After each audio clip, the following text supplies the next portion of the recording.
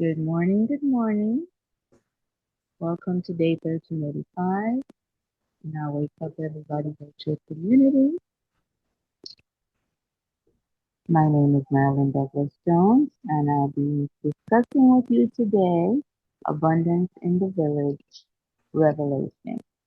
How is everyone doing today? Welcome, welcome, welcome. Come on in. Again, my name is Marilyn Douglas Jones, and our topic today is Abundance in the Village Revelation on this day 1385 of our Wake Up Everybody virtual community. Good morning, good morning.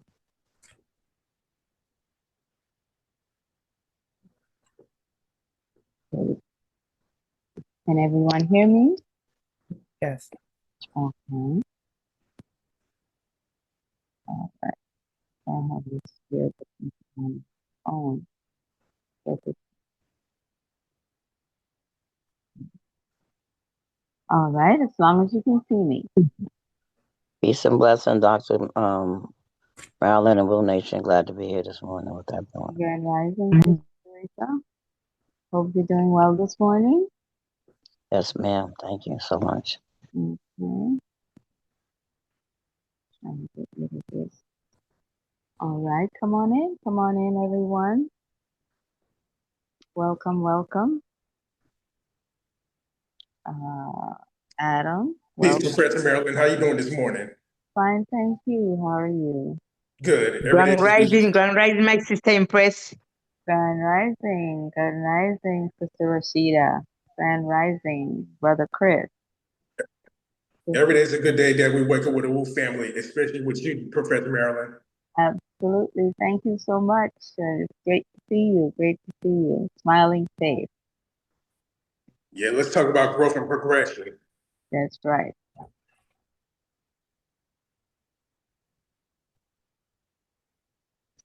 Come on in. Invite your friends, your family, your enemies, everybody. They need some paper to take notes or on your device. You need a pen if you have the paper or a pencil. And of course, you know that we are also recording. So welcome, welcome everyone. Welcome, Miss Andrea. Glad you're here. Grand Rising. Great morning, Professor Marilyn and everyone on the call. Andrea from New York. Peace and blessings. Hello, my beautiful sister Laura. Grand Rising. Blessings, blessings. Okay, I see this long name. I, Ellison Chu. Our educator, I'm sure. Right? All right, here we go.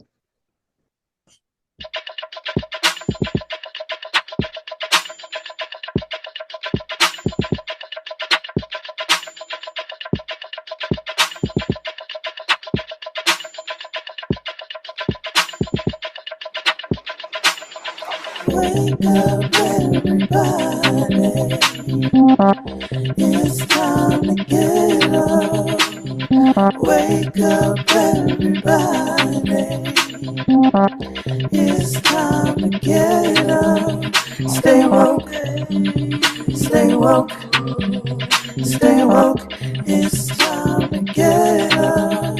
Stay woke, stay woke, stay woke, it's time to get up.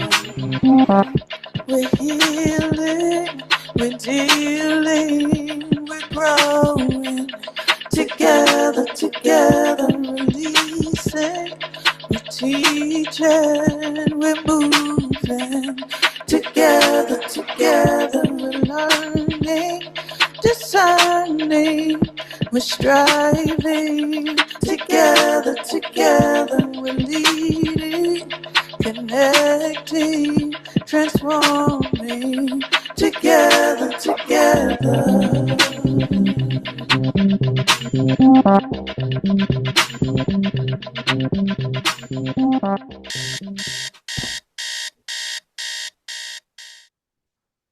Alrighty, alrighty. Welcome, Ivory. Welcome, Bravo Najee. Welcome, Kay Sweetness. Grand Rising, Grand Rising. Today we're going to have another conversation in our series on abundance. I hope everyone can hear me clearly.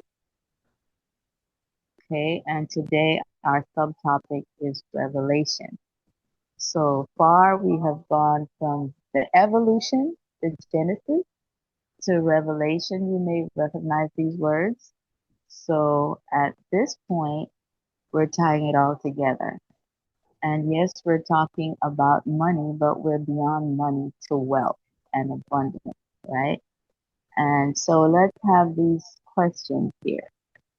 What makes poverty or abundance a spiritual issue, right?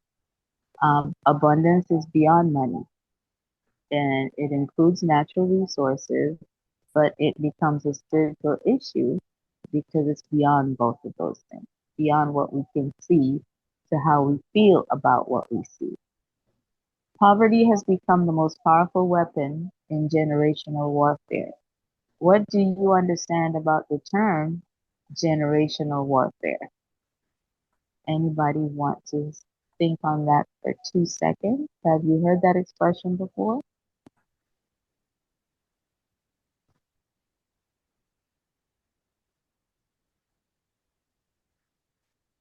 Can you repeat the question, Marilyn? What do you understand about the term generational warfare? All right. Whoever wants to respond, raise your digital hand, please. There we go, Teresa. Peace and blessings, Dr. Marilyn. But when you think about warfare, it's like it's in a war, but it's like it's been passed down from generation, to be, you know, to live a certain way, in poverty and not grow past that mindset. So it's been embedded in us to me when I hear generation warfare. Okay. Now, is it a family issue or a cultural issue? Who is imposing this from generation to generation? I'd say it's both family and patriotic system, both. And warfare, what are the usually two, right? Warring factors in warfare.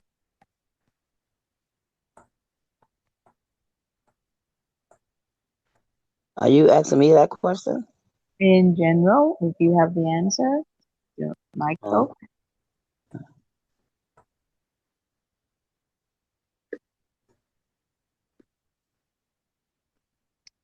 You have two enemies, right? Two opposing viewpoints, right?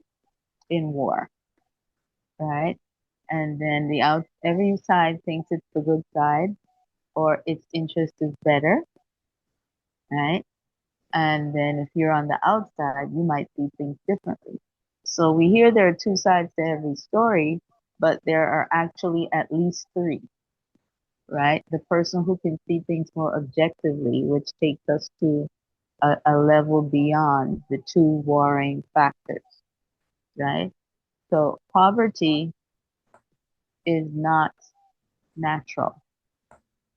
Poverty is political. War is politics, right? Two opinions fighting each other. And so we are socialized as financial chickens, vultures, and eagles. And I'm not going to explain that until later when we come back to the slide. And Sankofa is about stewardship of our abundance. Go back and fetch what? Where's back? And what is it, right? All right. So if Sankofa means go back and fetch it, back is going to a place. Go means where, right? And then fetch it. What is it? It's our abundance. So that will become more clear as we go through this discussion, right? All right, next slide, please.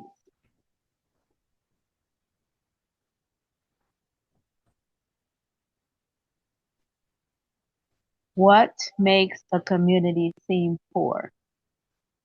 Seem poor. if we have this natural abundance, and I'm thinking before we built cities, or you may not be able to go that far back in a hurry, but before, if you drive to the suburbs, before the suburbs were there, we had forests, right? So what makes a community seem poor? It starts really with low wages or no wages, right? There's low economic growth. People are not investing. It's difficult to save with low wages.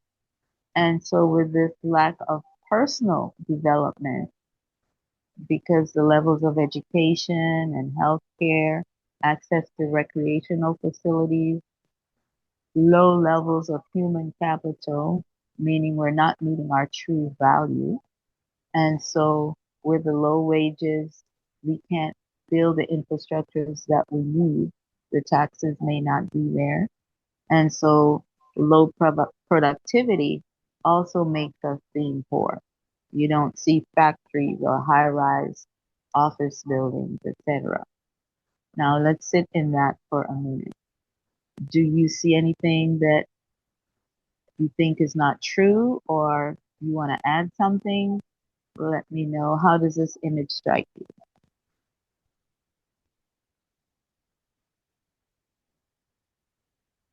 Yes, Zakia, I see your point, and we're going to definitely come back to it. So hold on.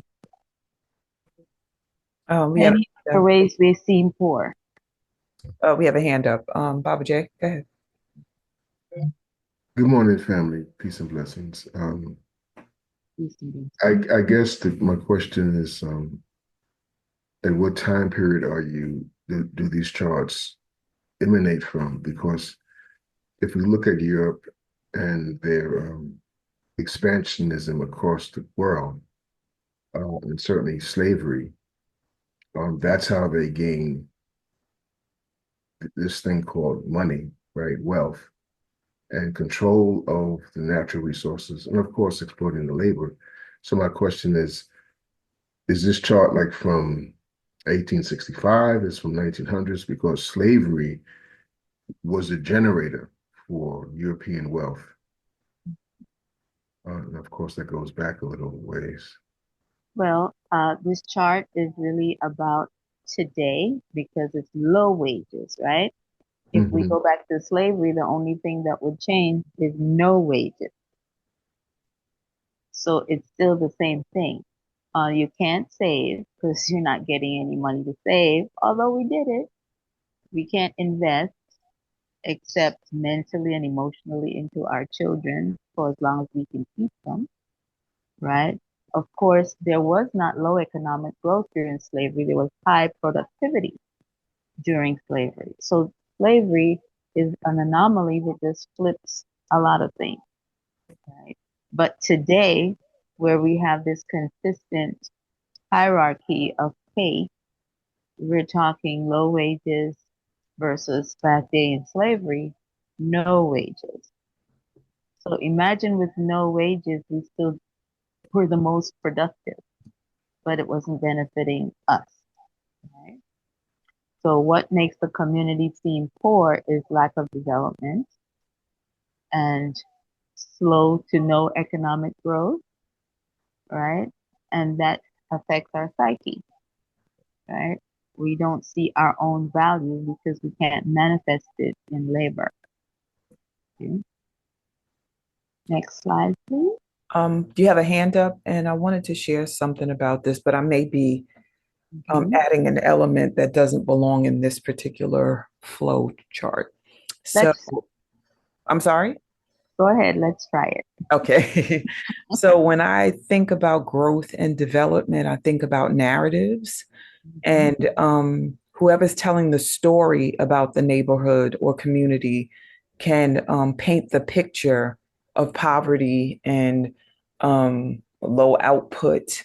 You can have a lot of awesome things happening and resources flowing in different ways, but the story can be told in a way that because the word I'm looking at, seem poor.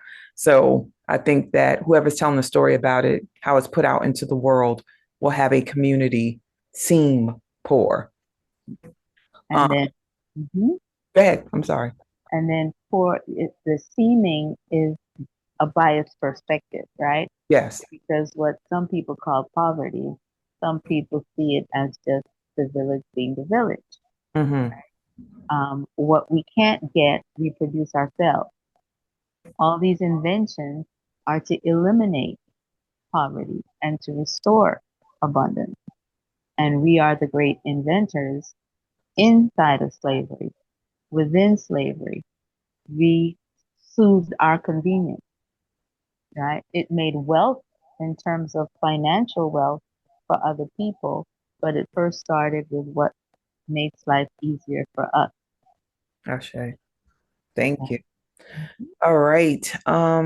Chris has his hand up. You ready, Chris? Hey, Chris. Yes, I am. All right. Awesome. Grand Rising, everybody. Oh, let me see this. Blessing. Okay. So I wanted to say, well, thank you for the contribution. Baba J actually touched on something. My dad turned 79 in December this year. He's still here with us, and his retirement plan and his way of thinking financially, we go back and forth. I keep explaining to him it is not the same. I wanted to say that what strikes me the most about this picture is the part that says low productivity, low levels of human capital. I kind of blurred them together, and what I came up with was low levels of human activity. In order for things to function, we need a flow. We just opened a wellness center for holistic care in Harlem by We All Really Matter by Stephanie McGraw. And we showed up, but it should have been a lot more people because that was historical. There was not enough humans physically there. Showing up really did matter. It really did matter. I myself, I was going through a lot, and a lot of us were, but we pulled through because it made all the difference for a lot of us there. So low levels of human movement creates poverty within the community. We can't just stay indoors and that's it. And just and just it doesn't matter. We should have been a lot more there. It was a wonderful event. It was very lovely. Got to learn with a lot of people. And I wanted to point out that Africa has elected two birthing people to run two of their nations. And now everybody wants a visa there, and you're not getting visas to go over there. So just letting you know, there's something going on over this, which is pretty good. I'm glad for them, and Ibrahim Traore and everyone. So people keep up. I am keeping up with these people. Thank you very much. That is my contribution. I am complete. Thank you, thank you, thank you. Always great contribution. Right. So yes, the human capital, it's there, it's just not being used, right? Because we're not producing at that point. You have welfare states within the state, for example. And so imagine the talent that might be wasted, which is why we celebrate when a mother, for example, goes from welfare to university, gets a job, and eventually starts her own business. They just needed the opportunity, right? Anyone else? All right. Next slide, please. Let me check something really quickly. Zakia said, I have a story which I haven't told in a long time about an eagle raised to think he was a chicken. Yeah, definitely heard that story before. And Teresa said, food deserts can be added. Absolutely. And then that's development, right? On the development side. And Yeah. I mentioned what something that's not there is recreation, which means we're passing that low self-esteem onto the children because they have nowhere to vent. They have nowhere to bond as a village, right? So yes, we need education. Yes, we need healthcare, but we also need recreation at all ages, but especially to welcome the children into the village and to give them space, hold space for them to develop in every way, right? Next slide, please. You have a hand up. Oh, hand up. Yeah, we have K Sweetness. Sweetness. Go ahead. Grand Rising, peace and blessings to this family of elevation. So I just want to contribute. I was typing it in the chat. However, My voice is so beautiful today. I'm going to share it with you. So, Chris, who I adore, thank you, Chris, he was using the word should. And so I just wanted to share that during my time with Wake Up Everybody, it was suggested to, um, it might be beneficial that we avoid the word should because of the connotation that it invites or brings on. And so I heard him, I feel him, and what I want to offer is we could benefit. Opposed to using the word should, we can benefit as a community if more people showed up. And with that, I'm complete. Have a wonderful day.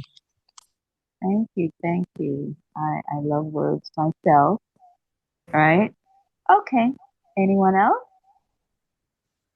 Next slide then, please. Okay. Lisa mentioned food deserts, Yeah, that. right? Um, And and Chris responded. He said, "Hold on one second." And I love the agree, but it hurt my feelings. yeah. I hear the authenticity. I can feel that way too sometimes, Chris, about what our communities do and don't do. So I feel you on that one. Um, mhm. So we moving to the next slide. Yes. Okay, awesome. Now we touched on this again. What is the impact of poverty? Poverty, we think of it as lack, a need that can be filled.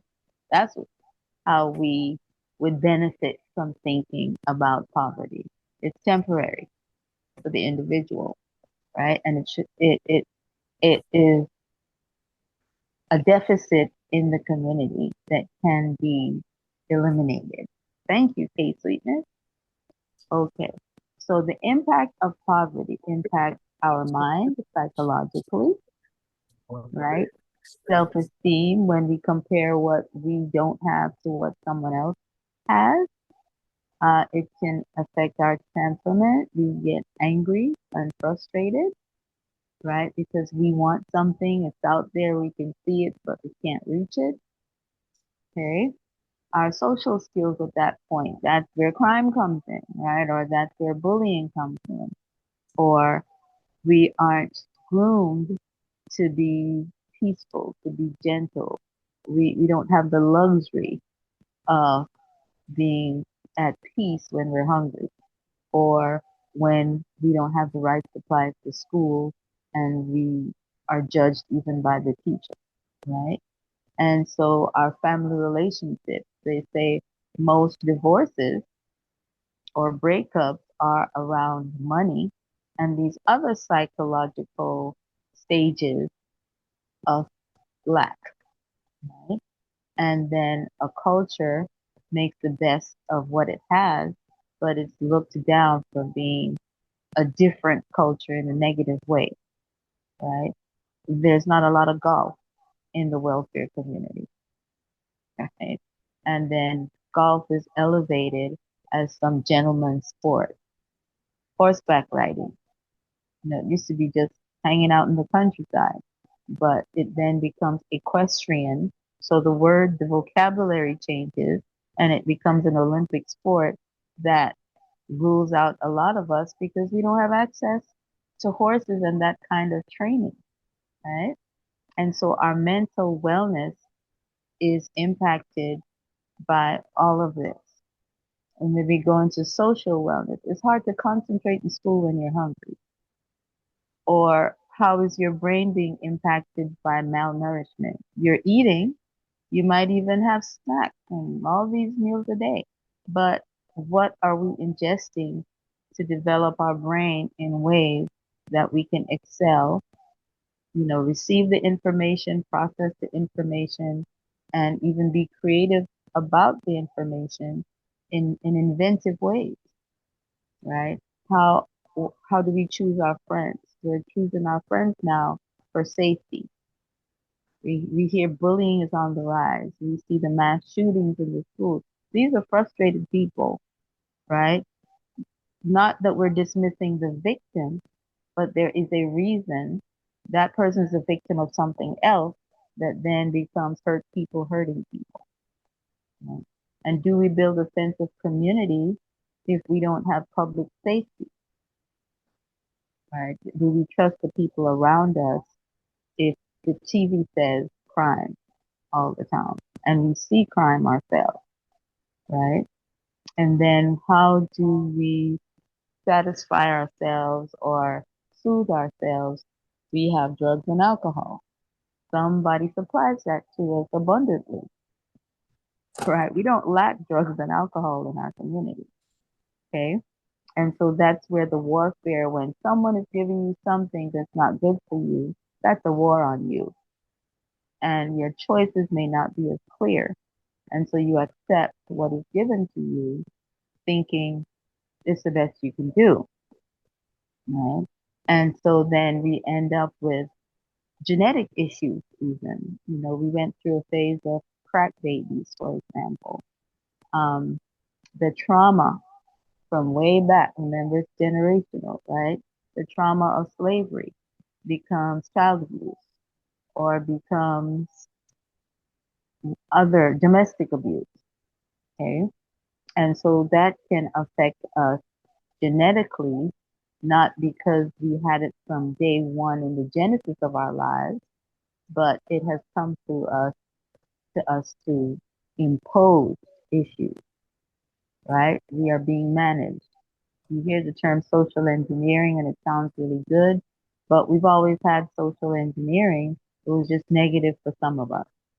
And it's negative for the majority of us because it includes the way females are acculturated in society. So there's a biological impact from poverty. There's a physical impact, biological, right? First starts with psychological, and then of course how we interact in the community. Any feedback on this? Do you disagree or do you have something to add? Did you think of poverty that way? Alrighty. Anyone? Marilyn shared a lot. In the chat? No, the chat. There's exchange between K Sweetness and Chris, but not about this particular piece. But K Sweetness has her hand up, and Andrea, you unmuted. Was that to speak? Yes, ma'am. All right, we can hear from Um, you and then K Sweetness. okay. As Professor Marilyn was going through this particular slide, what comes up for me as a gardener, one of the things we're concentrating on this particular growing season is a lot of herbs. And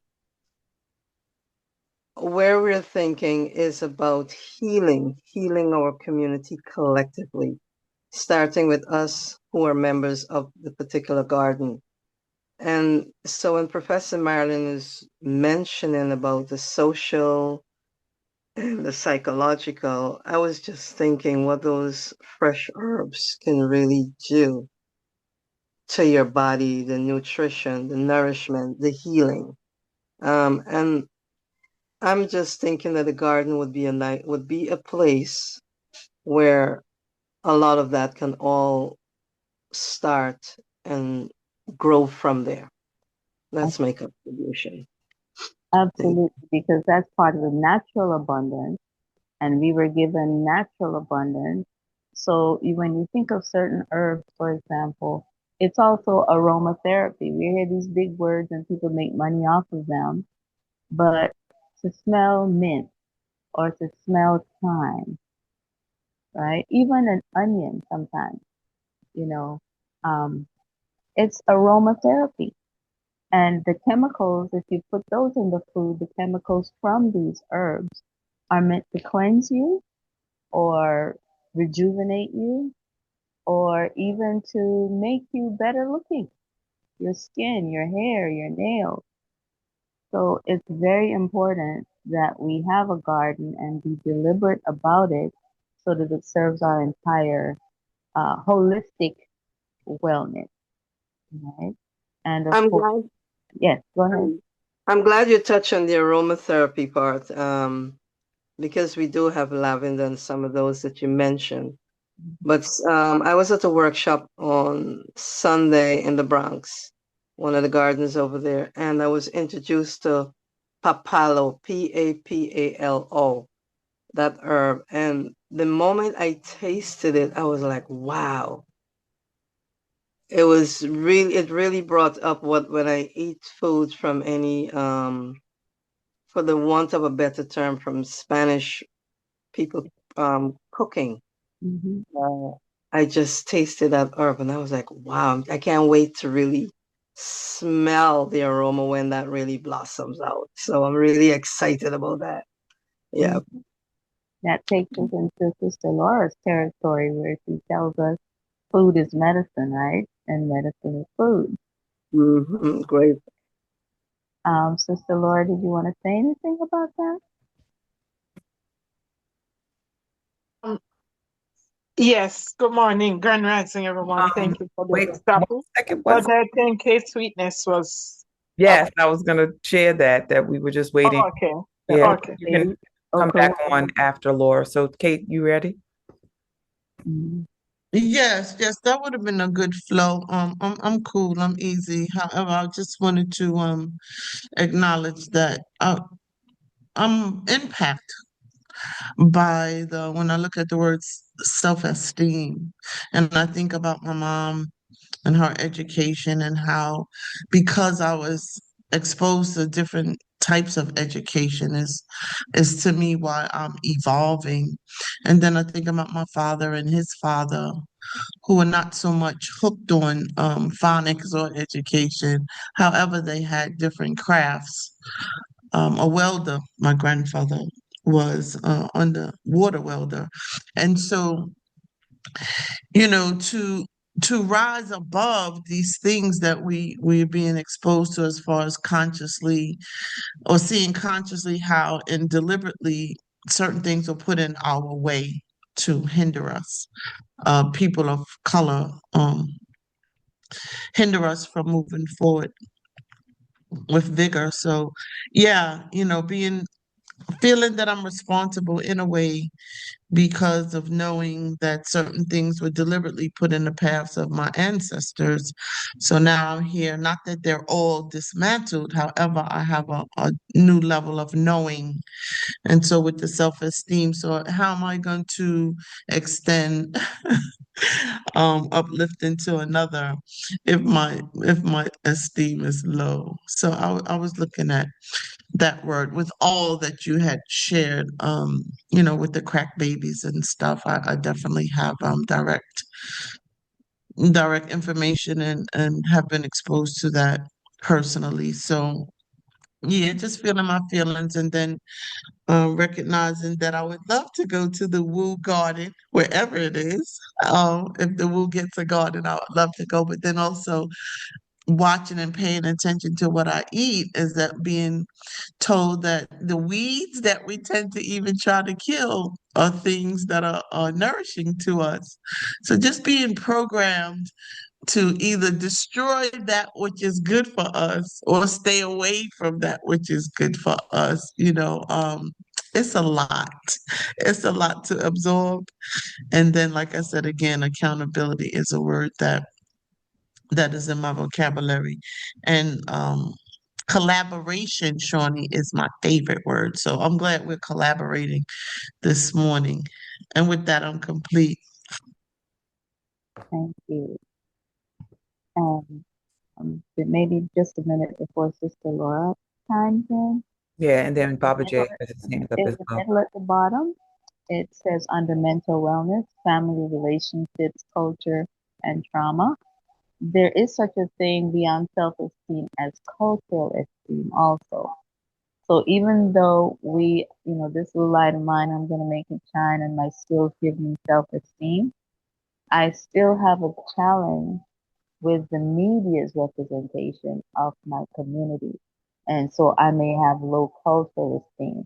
And when I watch the news or listen to the radio when I'm driving and somebody did something, a lot of people don't pray until then because they pray it's not a black person, right? They may never go to church. But when they hear bad news, they're praying a Black person is not involved, right? So cultural esteem is something we need to think about too. You know, there goes the neighborhood, some other culture might say, but it impacts us. Um, Sister Laura, you ready? Yes, Grand Rising again. Yeah, thank you for this topic. And I grew up seeing and experiencing the impact of poverty in my community. But what I also saw that the herbs and food we grow um, was the medicine that healed and comforted us as we experience the generation of warfare trauma you spoke of earlier. And, I remember as a child growing up, we used to smell jasmine, the jasmine plant at nights. And, it was it was like perfume. It perfumed the whole like the community, because everywhere you went, you would smell it. And didn't know the healing properties of this plant. We thought it was like something from the ghost spirit. Yes, it was from spirit, but as kids, we were afraid of it. But so now we come to, as you said, they're commercializing these things. It's a aromatherapy. But when you go back again to our food, I'm from Jamaica, and aromatherapy from our food, cooking our food with all these herbs was, also very healing. Apart from eating the food, but the smell of the food itself was really healing for our system. With that, I'm complete. Thank you, Professor. Thank you. That comfort, right? Comfort. How about A? Yes, this is so enriching. One, I think maybe, and the gardeners, thank you so much for what you've done to inspire us non-gardeners to grow things. So we have to grow our food again, and I think this is really important to give our bodies the nourishment, but just in growing the care, right? It's how do we bring care back into our lives? And this is connected to Ubuntu. Sometimes people say Ubuntu is, I am because we are, therefore I am. But a native Bantu speaking person said that's not a good translation. She says a better translation is a person becomes a person through other people. But even that is limited because she goes on, I'm going to read a quote. Ubuntu's dynamic conception of Ubuntu is of a social being who's always becoming through their community of people, Abantu. This is why Abantu say, Nigati Ubuntu Ibatikewani. You, the second person plural, have made me a person among people. Ubuntu therefore holds that in constantly becoming a person among people, but I think it's a people who also are constantly becoming. So, this wellness that you center, right? It's this social wellness, this complete concept of wellness is part of what Ubuntu talks about, social ecology, right? The person connected to other people, connected to the community. And I think Ubuntu probably is our saving grace right now. I can see how it's connected to all the things that you've created here. But even when you talk about cultural esteem, I've never heard that before, but I think that's a key thing for us to become familiar with. Thank you so much. Thank you.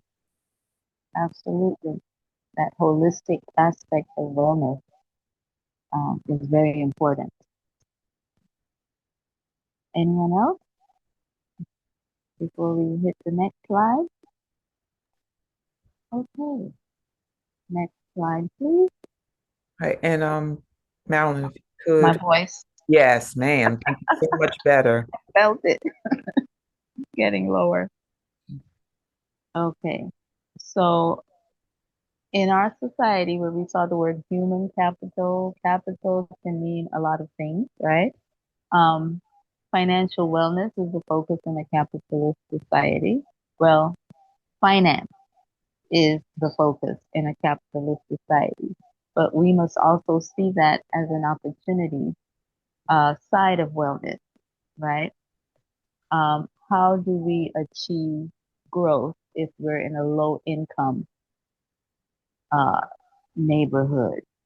How is it to save money, right? And so in our neighborhoods, people tend to have multiple jobs or some other side gig, right? Because we have to not only survive, we'd like to thrive. We are from a culture, an ancient culture of blame, right? And Ghana is an example, right? We hear people talk about Mansa Musa, but how does that impact us today? We want blame, right? That's natural minerals coming out of the earth, and we celebrate that with bling. You got your diamonds, you got your gold. We can't afford diamonds, so we have gold, we have rhinestone. You know, we make duplicates, right? Replicas. But financial wellness means that you must have growth, enough to save for the future, right? You must get promotion. You must be promotable.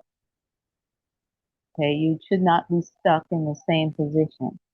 If your job isn't offering you that growth or the opportunity for mobility, then you still will need what it takes to keep up with inflation. Get another job in addition, but part time, or make the skills you have at work for you privately, consulting. You work for a plumbing company, you could be a plumber on the weekend yourself and make some extra money.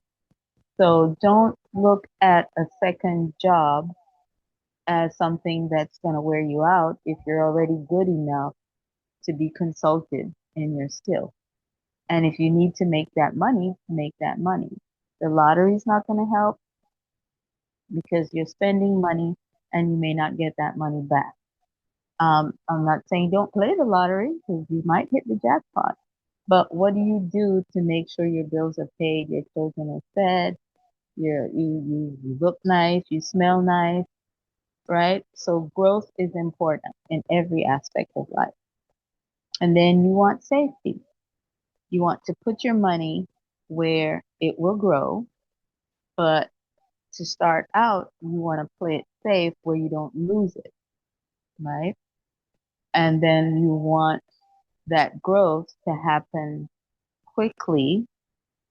And even when the market's going up and down, there's a floor that you won't lose what you already have and what's already grown. And then your level of risk determines how safe, right? And you want protection. Safety and protection are a little bit different. You want to protect your money, right?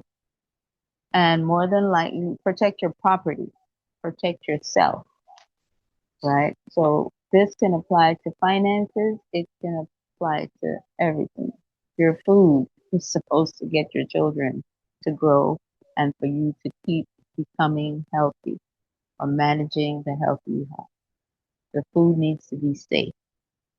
The food should be protected by law. There should be regulations, right, that protect you. You should read the label, protect yourself, right? You may have an allergy. So even though the food might be good, you may not need nuts in it because you're allergic, right? And then we need to figure out where these allergies are coming from because they don't have them as much in Africa and the Caribbean and Latin America. So it's the chemicals to preserve, and there's that should we do better if, right? We check our labels. And usually if we can't pronounce it, we shouldn't be ingesting it. And of course, we want some kind of benefits, be it taxes, right? Or health or recreation. But since this one says financial wellness, we want to save, grow, invest our money. We want to invest it in a safe place where it will continue to grow, but we're not going to lose or not lose as much in the market. So we have to keep up with that knowledge. We want to protect our money through insurance. That's one opportunity. And saving for the future so that retirement looks good. It's not just Social Security. Pensions are going away or have gone away. So it's up to us to protect ourselves for the future. Long-term care is a possibility because we're living longer. The preservatives in our food are making us live longer, but it's not necessarily healthier. Right? And then we want some tax benefit.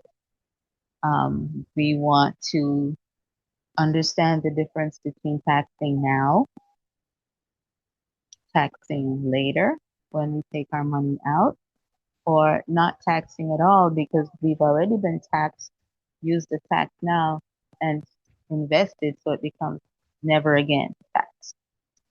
Okay. Is that making sense?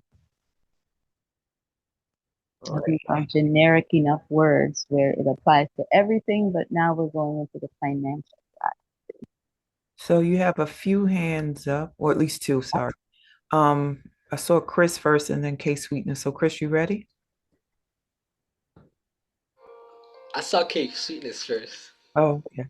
All right, well, jump in. We gonna be all right. Whoever needs to go. Okra people, move it. Okay. Okay, Exactly. I'll just say it then. Okay. Well, I wanted to talk about the hydrologic cycle, about people and the pesticides and the weeds and everything.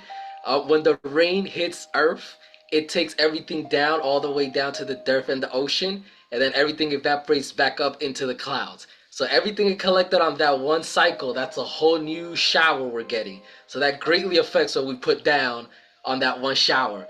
I wanted to ask, is it legal to build super adobes in New York City? And I am complete.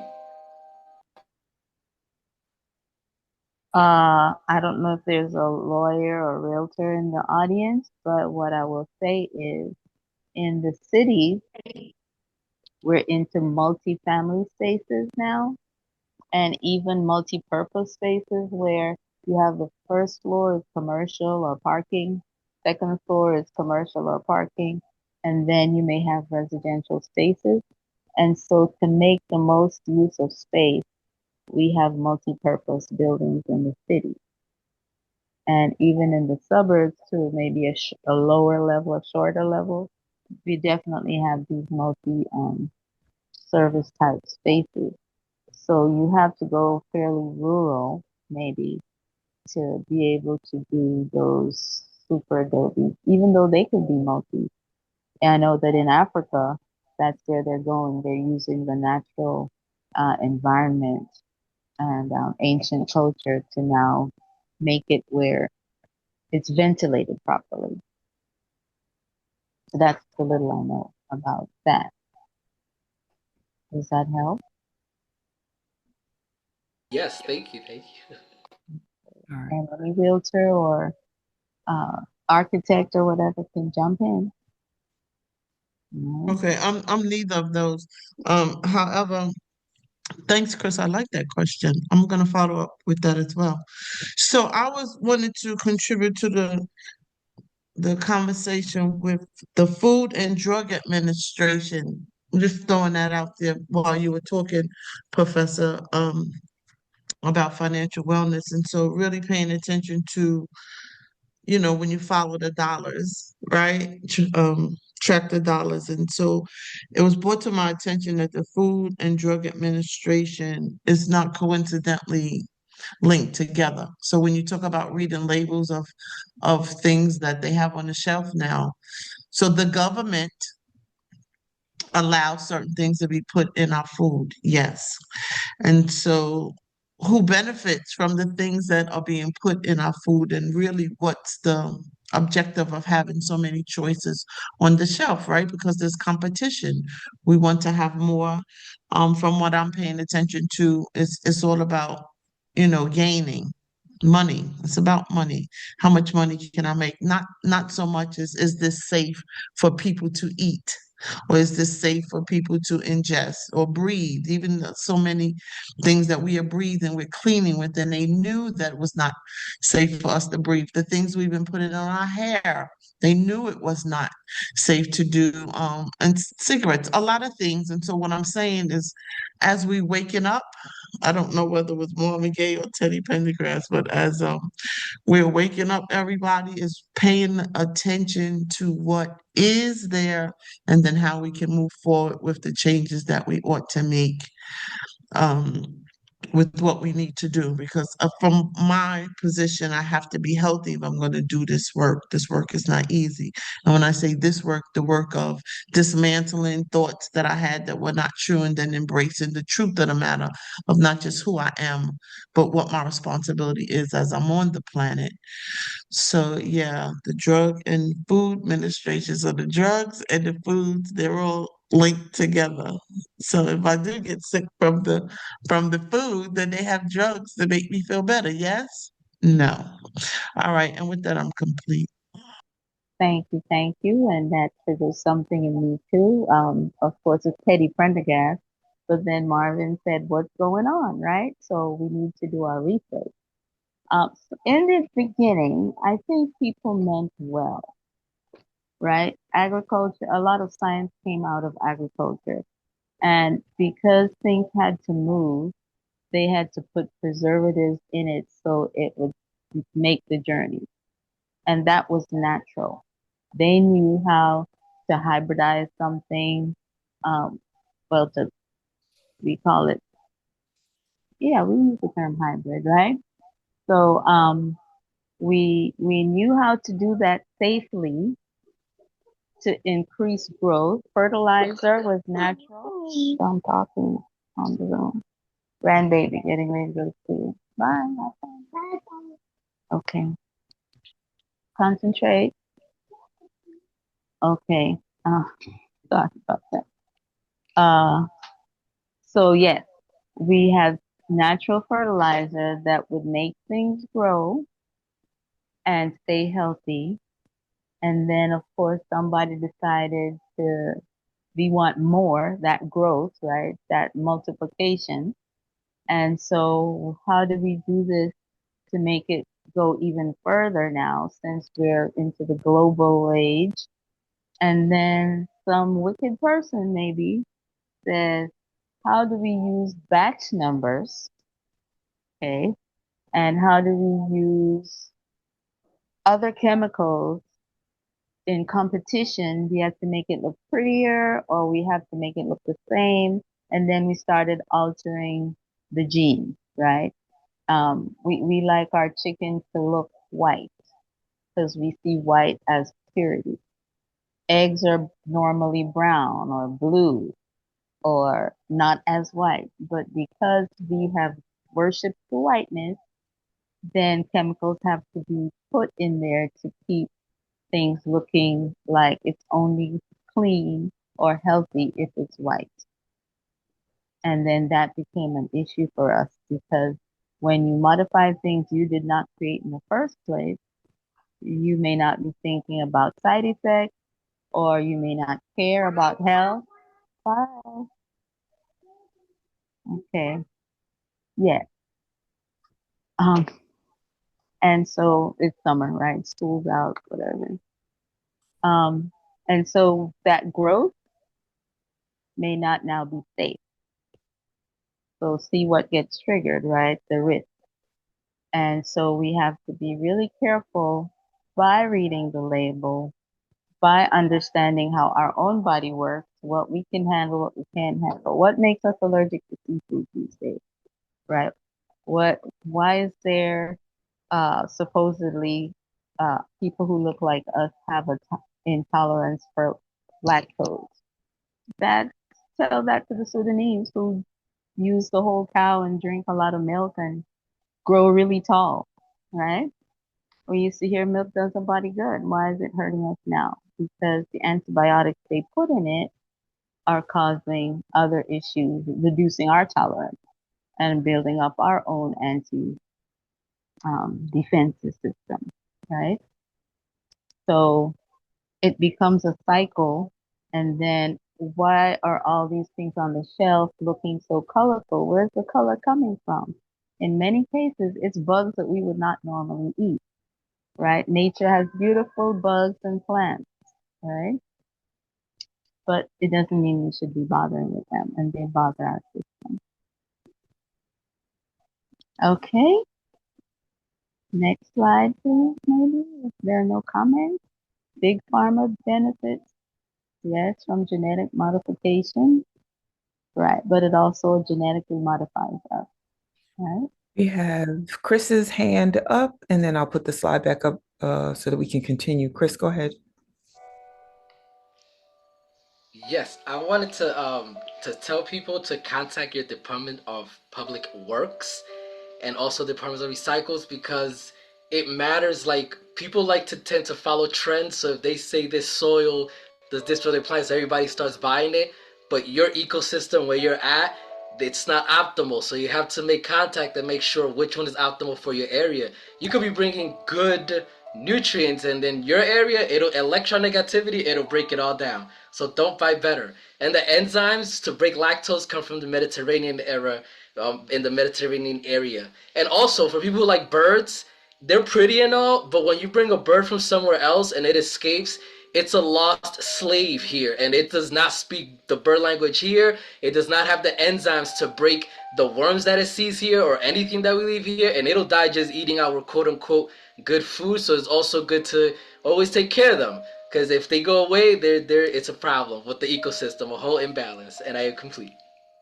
Thank you. They tell you to eat fresh and eat local, but how local is local and how fresh, right? Because if you're in the city and you don't have the space where what you're eating is coming from your space, it's going to be hard for that local to be the local that you need, right?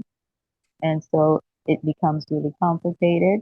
And so the medications that we need are countering in the beginning were to counter the adjustments made chemically.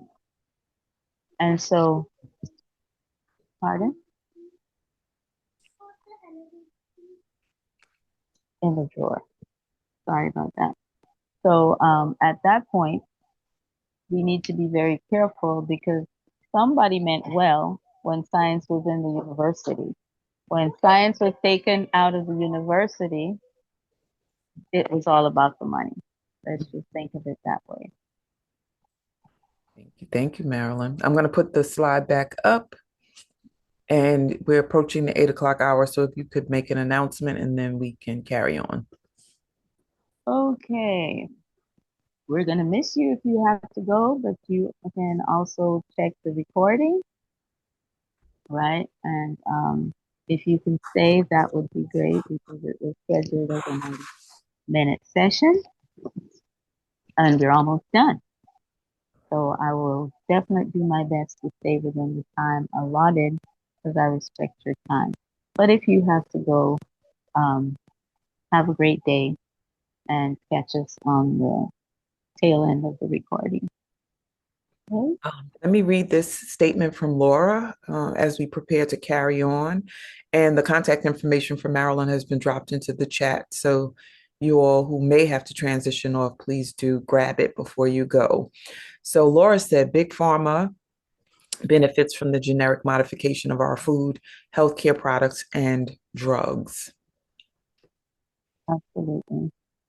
And some people that have gotten sick from, say, hair products, they are actually writing books and articles that we can see what's going on.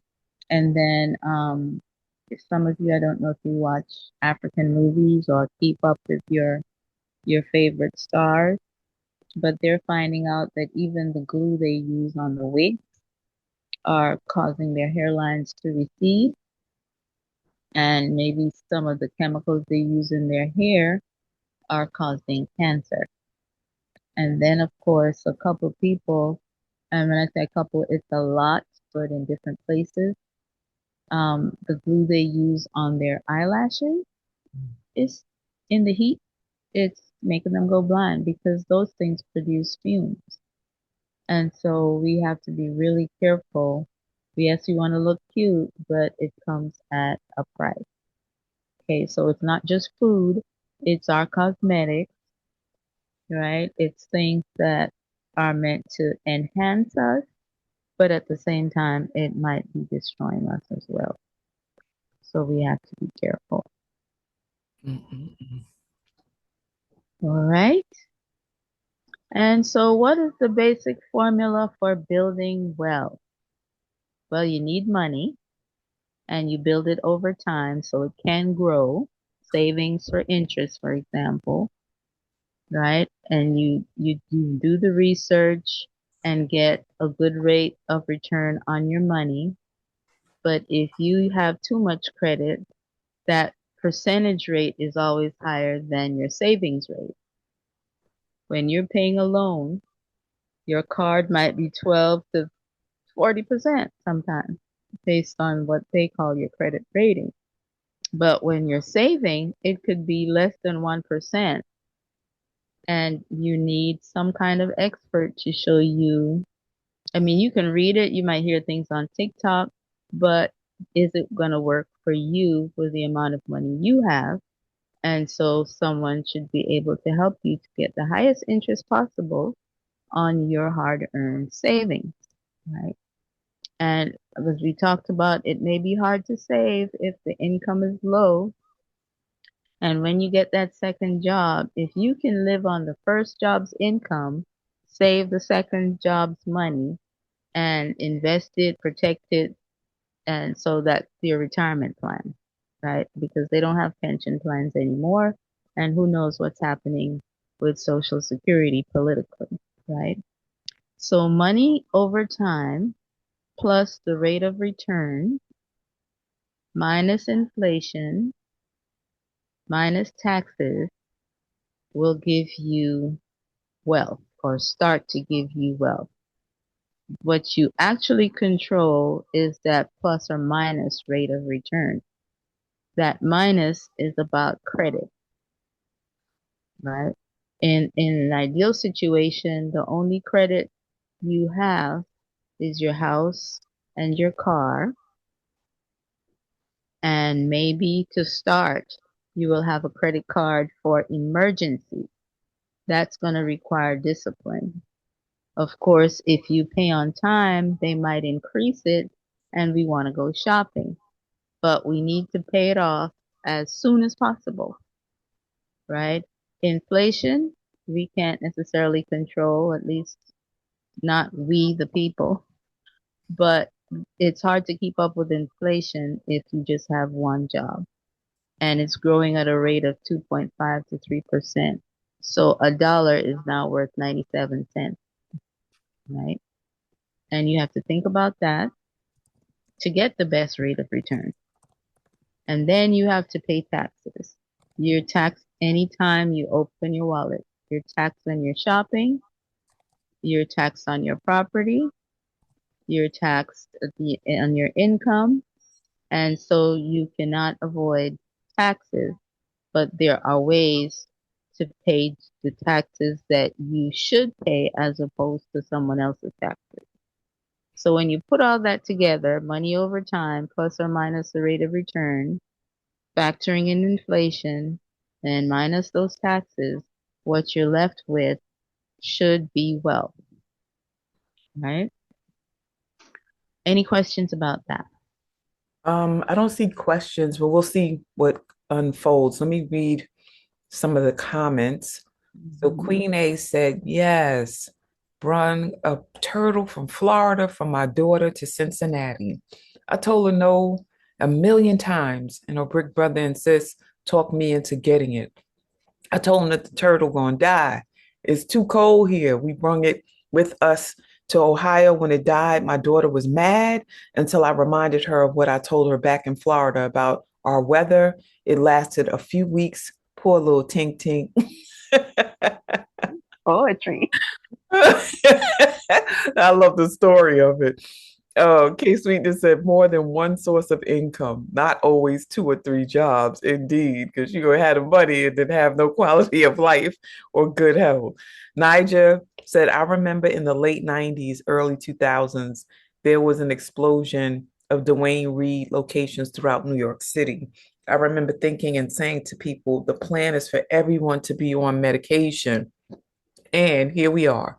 Also, I remember learning about organs of the body when I was in school through college. I'm recently learning that skin is the body's absolutely. We were just talking about this yesterday. Skin is the body's largest organ. Skin was not covered or given much attention in my schooling. As I think about it, it makes so much sense that it's significant because of everything that is absorbed through the skin. Absolutely. It's your shield, right? For all the other organs, your blood vessels, etc. So we have to take care of that for the right food. Yeah, you have a hand up. Chantel's hand is up.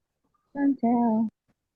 Hi. So I wanted to add to that the formula or the formula, the recipe. If we're adding other things to it, I'm thinking of community and Ubuntu and how what I have with some community members here in this group as well is the Susu. Mm-hmm. We share those resources, and so many of us have paid off credit cards, got cars, paid rent when we needed it. Like, I need the first of the month because the rent is due. And it's like we come together and we made things possible for people that might not have been possible without community. And you get your change up front and you pay it back, or you pay it up front and you get it at the end. But just listening to the testimonials of how people have utilized that money to build their wealth.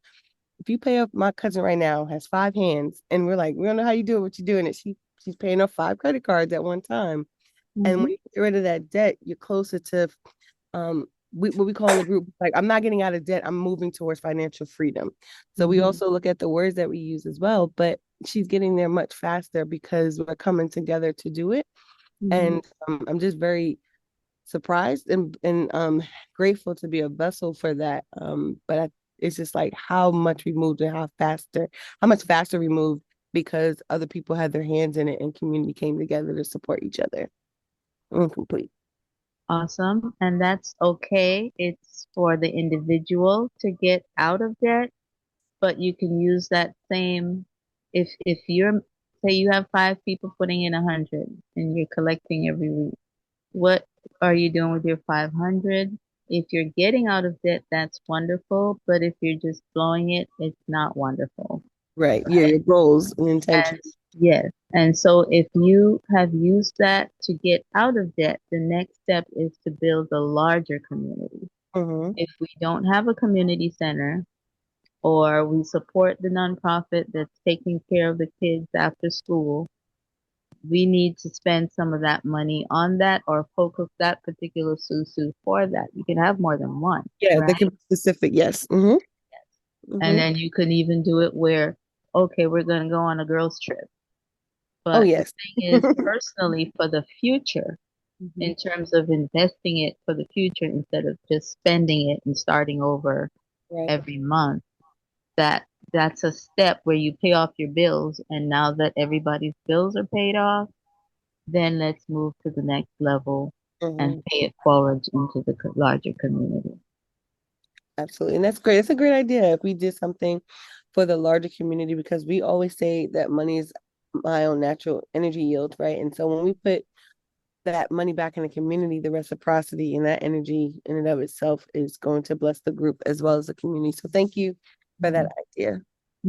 That's that human capital, right? Yes. Absolutely.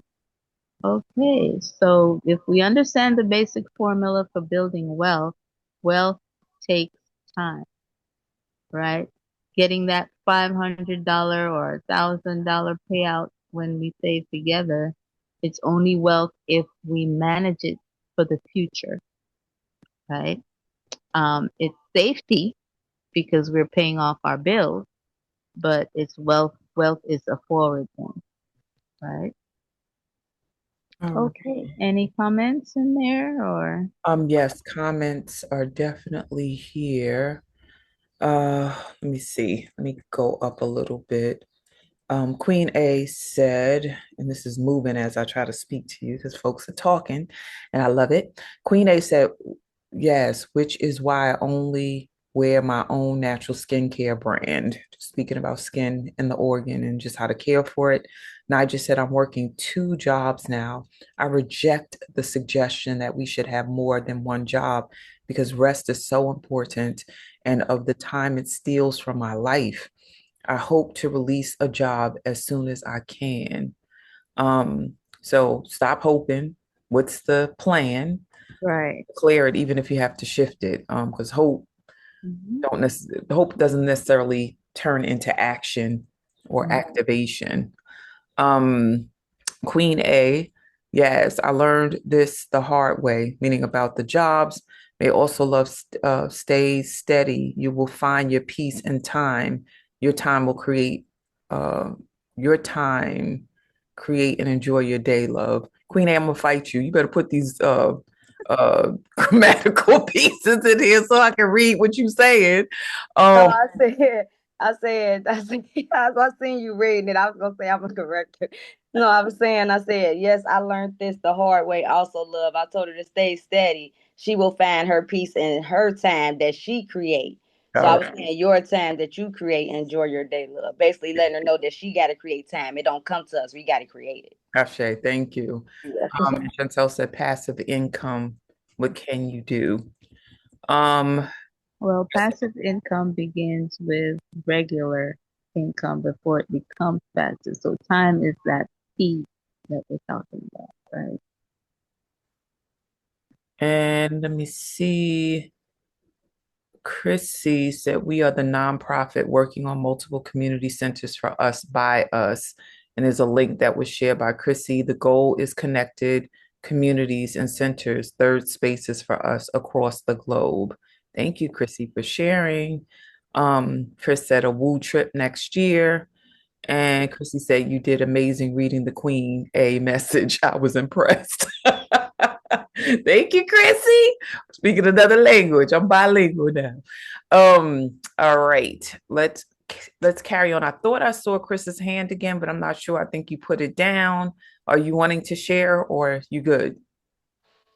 Oh no, it was literally to ask about a woo trip next year for like a year from now, and we could all start. I mean, I'll definitely start putting aside for that. We could do a woo trip for us. The next Susu. Ooh. Save up for it. Mm-hmm. Yeah, I also want to remind the community, I think it came up last year. There was a talk of going to South Carolina. Um, Jason, can't remember his first, Chief Jason.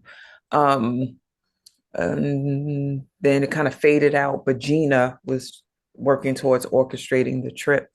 I like the idea of not just traveling, but traveling to tap back into our historical pieces, which Marilyn, you help us do all the time, and Baba Jay and Catherine, they are folks in the space, Veronica, who are always going to talk about the Sankofa piece, like go back, look, review, reclaim, restore, all of that important knowledge for us to have. So I want to take a trip, have fun, but also learn something, do something, create something.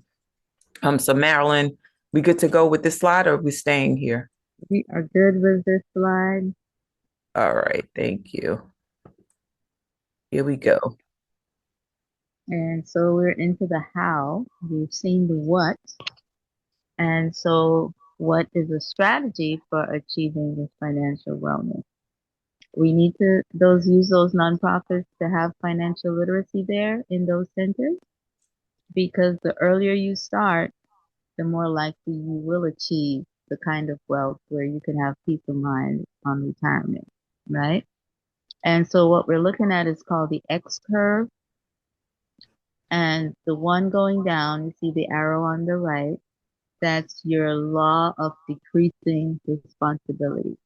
When you're young and working and starting out, you're generally less secure because you have those credit cards, you have those student loans, you have a car note, you have rent or a mortgage, and you're also maybe starting a family, right? And so that's where the bulk of your responsibility is when you first start doing these things, right? You're usually younger, so you have the energy, It's just a matter of time management so that you take care of yourself and ultimately your family, be it your family forward as children or your family from the past as parents. Because right now, some of us are sandwiched between parents and children. Things happen, sometimes grandchildren. So that happens when you're younger, when you're taking care of yourself and your newies. And so as you get older and they go away to take care of their own families, that money should be now moving forward and being and accumulated, right? Um, so your responsibility is less as you get older. Now in the wealth part, again, you're releasing those bills, you're paying off your house, or you're getting a house. If you nowadays they don't want you to pay off your house, they just want you to buy another house that supposedly is smaller because you're an empty nester, um, or for whatever reason they're using to market it to you. People are buying houses in their 60s, right? And that's fine if you can afford it, really afford it. And so they're buying nice, comfortable houses, wider doors so the wheelchair can go through, bathtubs, turned showers. Um, that's fine. If you need it, that's great. But you're generally more secure as you get older, or you would do better to have paid your bills and built your credit and all of that in your youth so that you become more secure in your age and you can do the cruises and you can do the trips and you can go on food tours if you're a foodie. But you're also still taking care of your future, right? Because you can invest now. The money that you're saving from not having the college loan, not having to pay for the children, daycare, you can now invest it, right? Take a little more risk or still do it safely. So the X curve involves these two curves. They run in opposite directions, but they meet in the middle where you should be crossing to the next level, right? In the ideal world.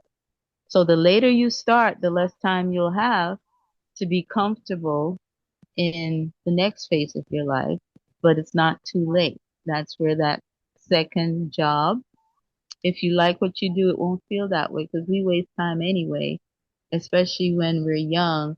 It's not seen as wasting time. You're enjoying life, but that same time that you never seem to run out of in your youth can be used for a second job and you still get your rest. There are 24 hours in the day. Everybody gets the same time. So what are you doing for 8 hours here? Or what are you doing for 8 hours there? Because nobody's sleeping for 16 hours. And you don't have to use that full second 8 hours. You can use 4 hours. That's what makes it part-time, right? So it's entirely doable if you then manage that well. If you can honestly live on your first salary, there's nothing wrong with getting a second part-time, whatever, sometime to save for the future, right? Accumulate more wealth. Any questions or comments about that?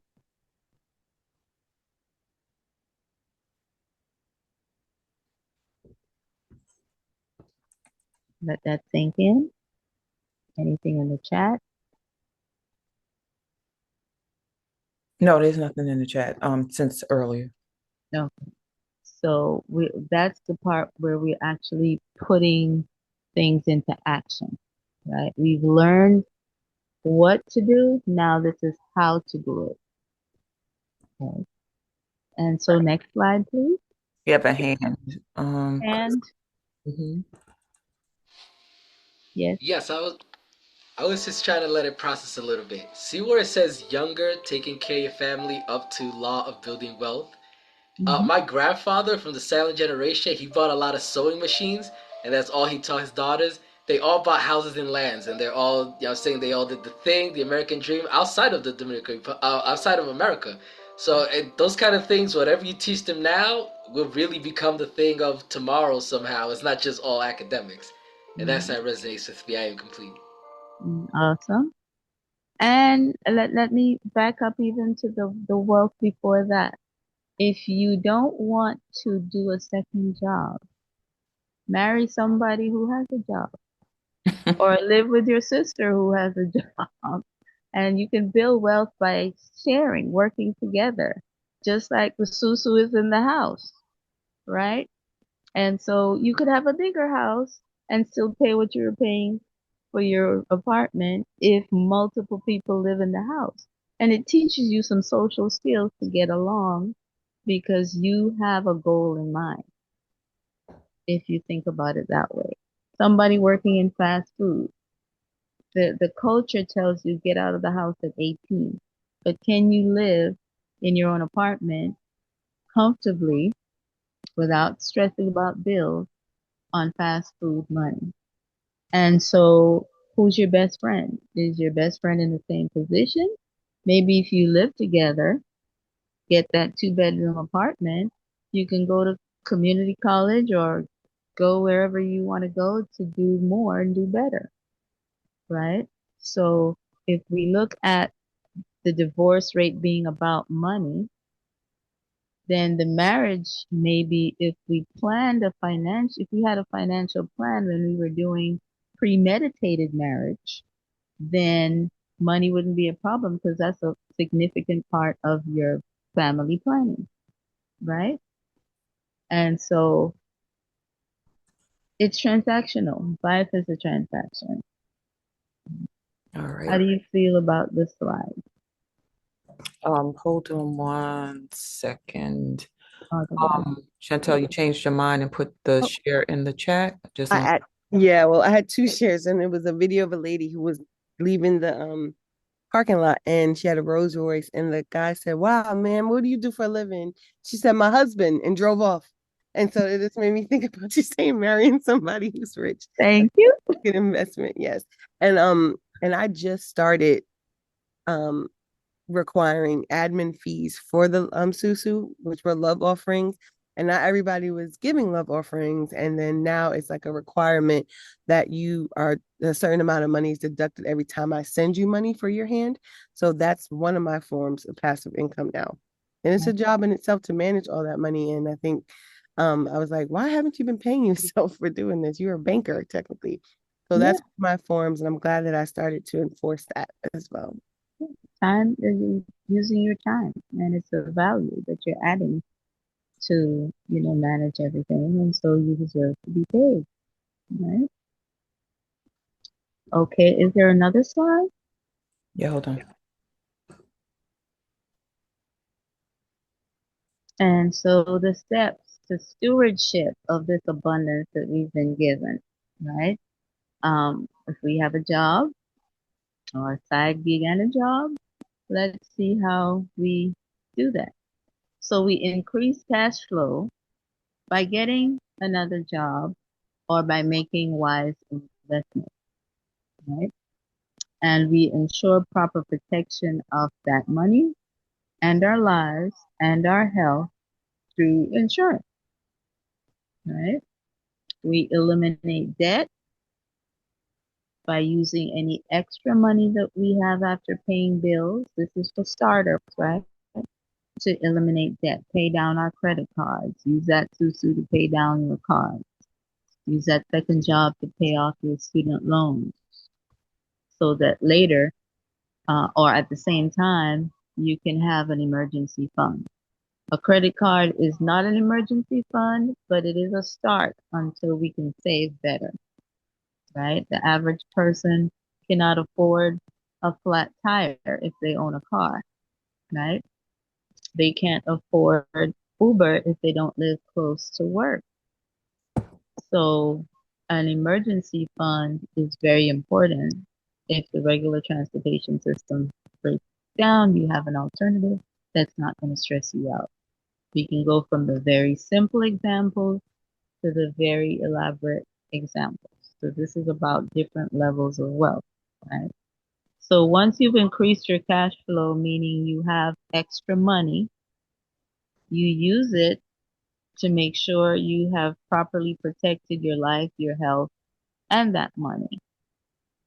And you, of course, use it to eliminate debt and build an emergency fund.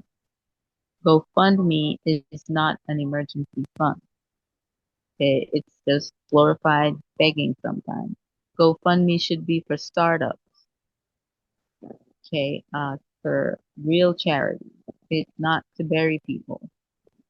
But thank goodness we have it because some people are not prepared. And the whole point is to be prepared long ahead of any contingency. And then investment, a lot of people are investing before they do the other things, but this is actually the way you move to wealth. Okay. You are increasing the wealth curve. You're getting to the tip of the wealth curve.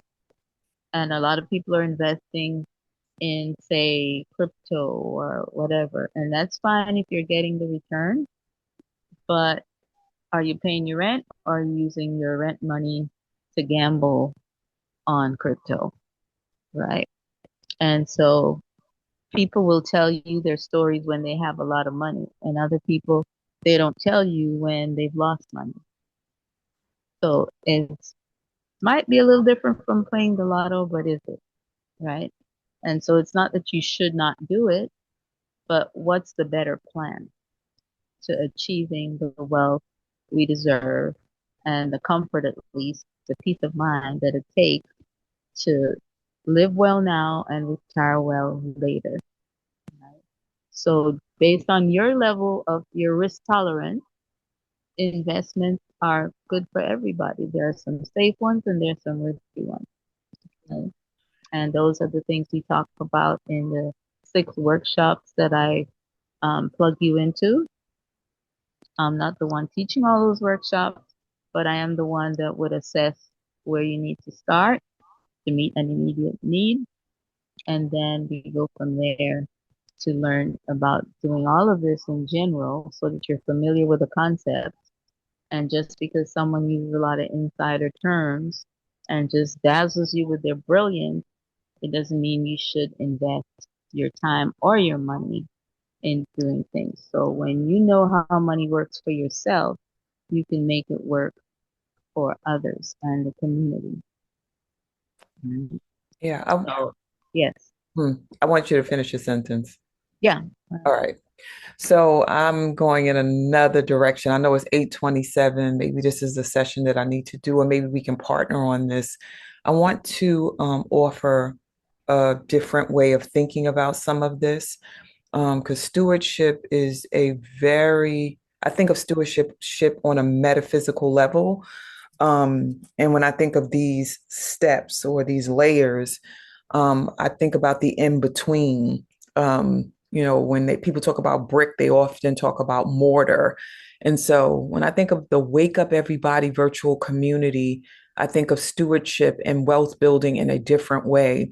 And this is something that I want to teach more because we forget that in spaces like this, and there are other spaces like us, we're not the only ones, that part of the wealth building is the social connections. It's the information learned in this space that gives you the impetus or the tools or the mindset to actually move in the direction of manifesting abundance of different kinds, which includes money and dollars and cents or fiat. I think what's very white sometimes is that we are taught to think about money as the thing to aspire for or towards. And when I think of how much money is saved because we're in this space, because of education that we don't have to pay for, how much money is saved because we don't have to do as much, what do you call it? I can't think of it right now, but it's on my mind all the time. Somebody else will tell me as I explain it, how much money is saved because you don't have to marketing and promote whatever initiatives, projects that you're engaged in, how much effort is saved because you have an already existing community that may not be created by you, but you get to benefit from and tap into to grow whatever it is that you're doing. And I have a counter thought about even mutual aid, which is connected to GoFundMe and these other pieces. I've told this story many times, but when my daughter passed away, I was preparing myself to pull from the resources that I had to bury her. I'm like, I'm burying my child. I don't have to ask anybody else for these resources. And 5 women that I have coached, counseled, who have supported me in Spirit of a Woman came and sat me down at my son-in-law's house, or the house where Shamani lived. And they were like, you will not spend any of your money on her service. So not every effort to raise money towards somebody who's transitioned is about begging. Sometimes it's about the fact that we should embrace that this person was part of a larger community and network, and therefore the community is accountable and responsible for saying goodbye. And part of saying goodbye is to give. And people do that all the time. They give cards with money in it. They send money and stuff like that. It's not necessarily through GoFundMe, but people give during services and stuff like that. It's a normal thing for Black and brown communities to do. Bringing food is a form of generous giving. So I just want to offer up that we decolonize what stewardship means, that we start to think more broadly about how we generate wealth and how it's not in a vacuum, that is often connected to community. And I know if we told the stories and even measured, which is not my favorite thing to do in this space, there are so many manifestations of wealth in this space, including money, that we don't talk about and we don't honor. So some of us do, but I think we would benefit from talking about it more so we can get out of the loop that white supremacy and capitalism have us in sometimes. And I'm complete. Well, that's awesome because it's very African. If you've ever been to a wake, especially with the Nigerians or the Ghanaians, and they bring you money. At any celebration, a birthday, graduation, they spray you with money. People think that's some other culture, but it's actually us doing that as well, or from the start. And people who don't even, they might know the person that passed, or they might know you, but they're coming, they're bringing the food. And it kind of takes us to what I suggested about the susu too, right? Because that money, you don't have to worry about losing the person and about money at the same time. You know, you have this comfort from your culture, and you may not even use that money at all. You may save it and invest it, but it's given out of love, it's given out of care, it's given out of a community that you're familiar with, you belong to, right? And there's nothing really just white about money answering all problems. It's biblical. And you know, we're not starting from slavery. We're going back to Mansa Musa. We're going back to the pyramids. We're going back to inventing coins. The Phoenicians invented coins. It's our thing that's been redirected away from us. And the stewardship is to Sankofa. Go back, fetch it, and take good care of it. Ubuntu. And make it benefit the village. Right? And so it has to do with reclaiming our sense of community as well. It can't happen in a vacuum for just one person. Because especially when you have people looking at part-time opportunities like multi-level marketing, you cannot come to me. I mean, you do, people do, and I don't mean who, of course, but you cannot come to me and want me to join you in something when you never used to speak to me before, or you may not even have been nice to me before. So we need to do all kinds of preparation, right? And begin with the end in mind. That's one of Kobe's steps, right? And so it all comes back together as a cycle. What goes around comes around. And we were given this abundance from the start. We've taken a side trip and messed things up, but we can reclaim it. And if we are in the village and operate in the village, we will have that sense of belonging and mutual care, and go beyond mutual care to development of the community in ways that others, including our governments, may not do, but we need them done. So the GoFundMe for the recreation center, the GoFundMe for a swimming pool, the GoFundMe to repair grandma's house, all those things are very important. But the thing is not to just keep putting things off and expecting others to take care of a basic need. You had the basic need, and I'm coming back to an example. You could have buried your child yourself.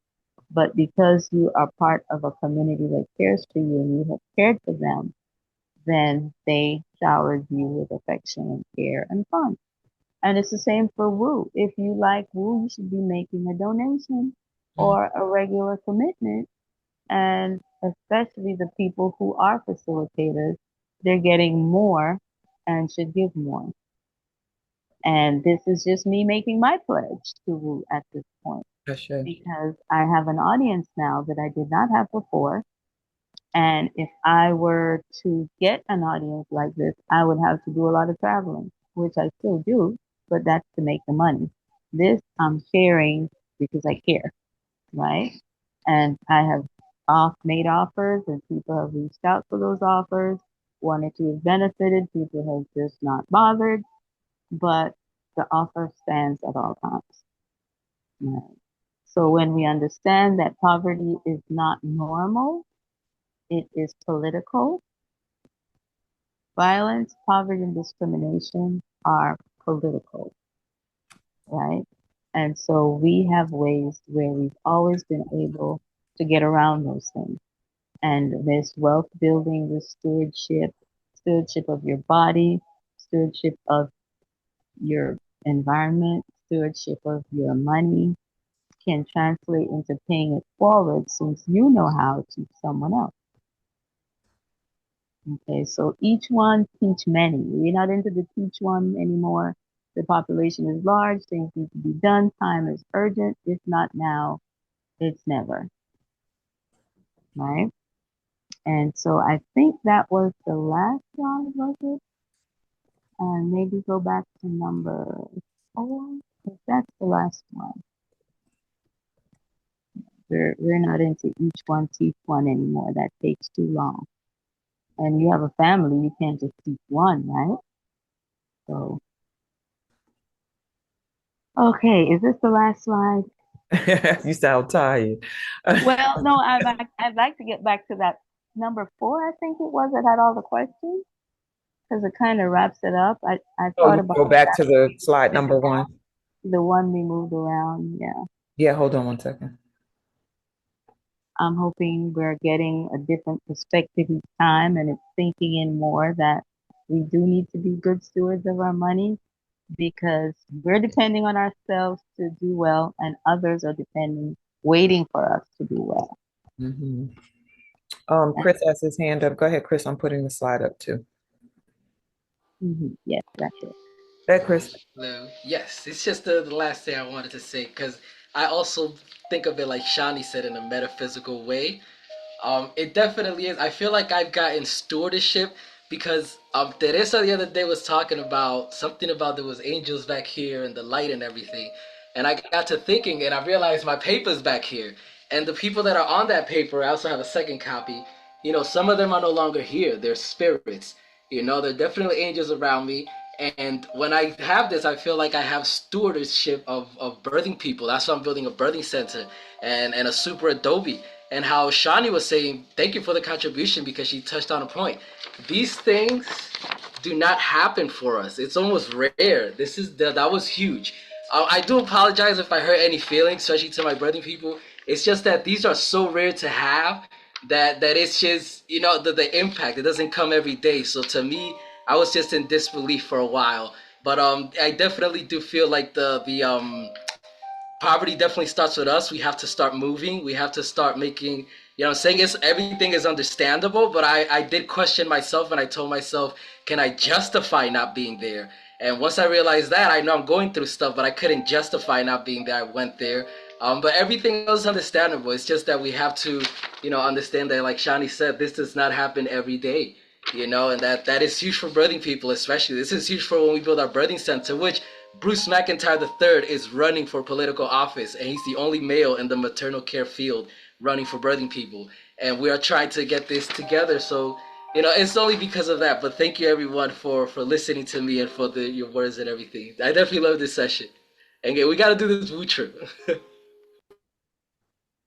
Cruise would keep us together and captive audience, right? We come back very grown. Okay. So looking at the slide or the chat looks hot. What's happening there? Oh, people are leaving and looking Yeah, for there were some things that were said over the course of time. Let me see.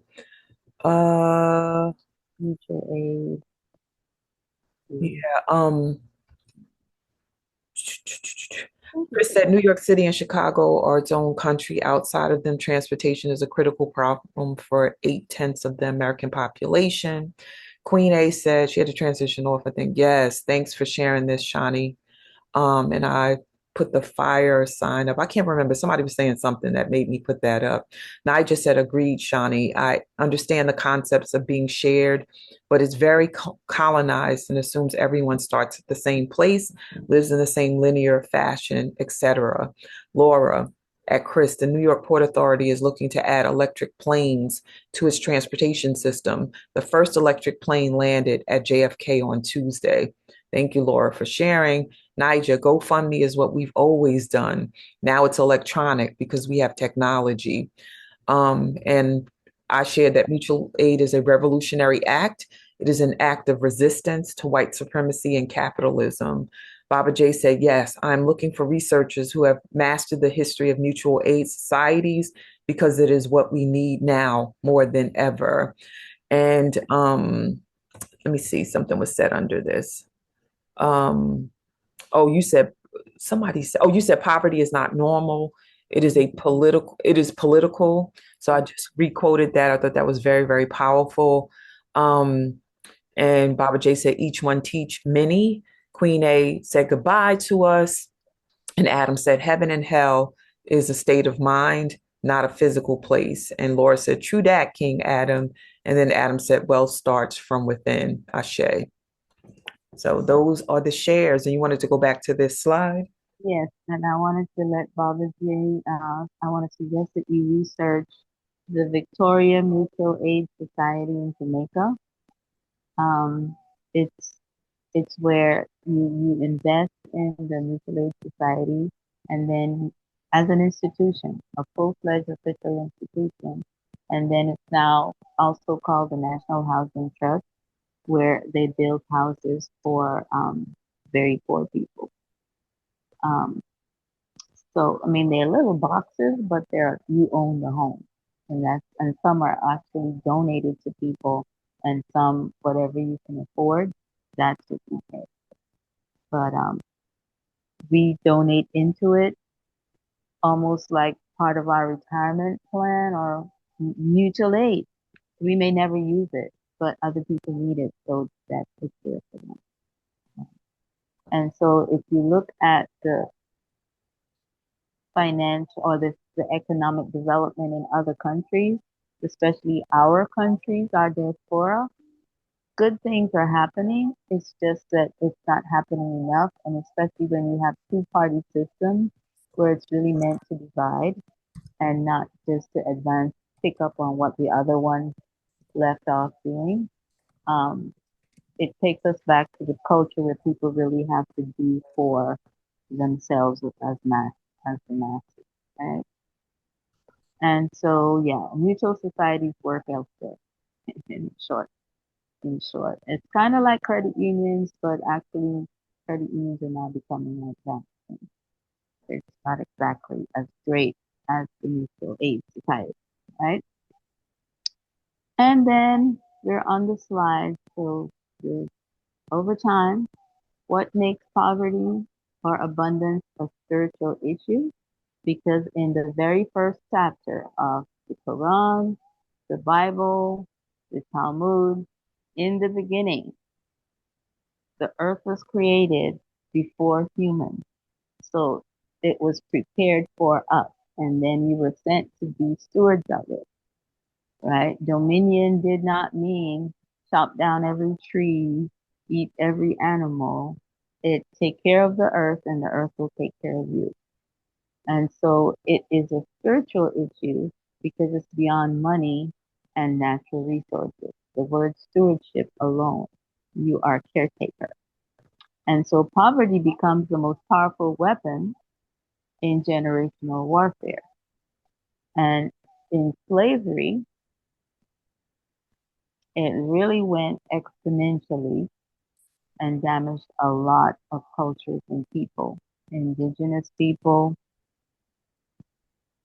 they're made poor because their lands are taken away and they lived on the land and ate and survived on the land, right? Their clothing came from the land.